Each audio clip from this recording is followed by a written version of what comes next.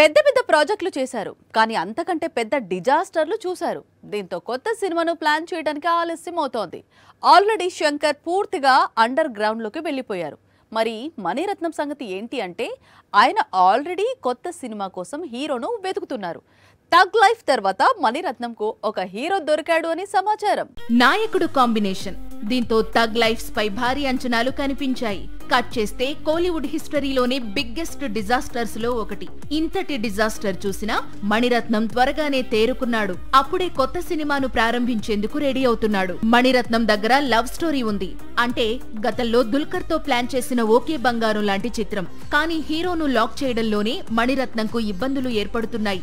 మొదట ఈ లవ్ స్టోరీని సింబుతో ప్లాన్ చేశాడు మణిరత్నం. కానీ తగ్ లైఫ్ కాంబో మరోసారి అంటే సినిమాకు బిజినెస్ కాదు.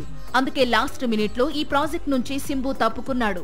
ఇప్పుడు సింబు స్థానంలో విజయ్ సేతుపతితో మణిరత్నం చర్చలు జరుపుతున్నట్లు సమాచారం. సేతుపతి గతంలో మణిరత్నం డైరెక్ట్ చేసిన నవాబ్లోనూ నటించాడు. ఇప్పుడు ఆ అనుబంధంతోనే సేతుపతి డేట్స్ కోసం ట్రై చేస్తున్నాడు. ఈ సినిమాలో హీరోయిన్ గా రుక్మిణి వసంత్ నటించబోతోంది. సాక్షి టీవీ ప్రసారాలను నిలిపివేయటం చట్టరీత్యా నేరం.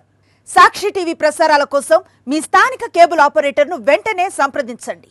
DTH లో ఇంటర్నెట్ లో కూడా సాక్షి టీవీ ప్రసారాలను వీక్షించవచ్చు.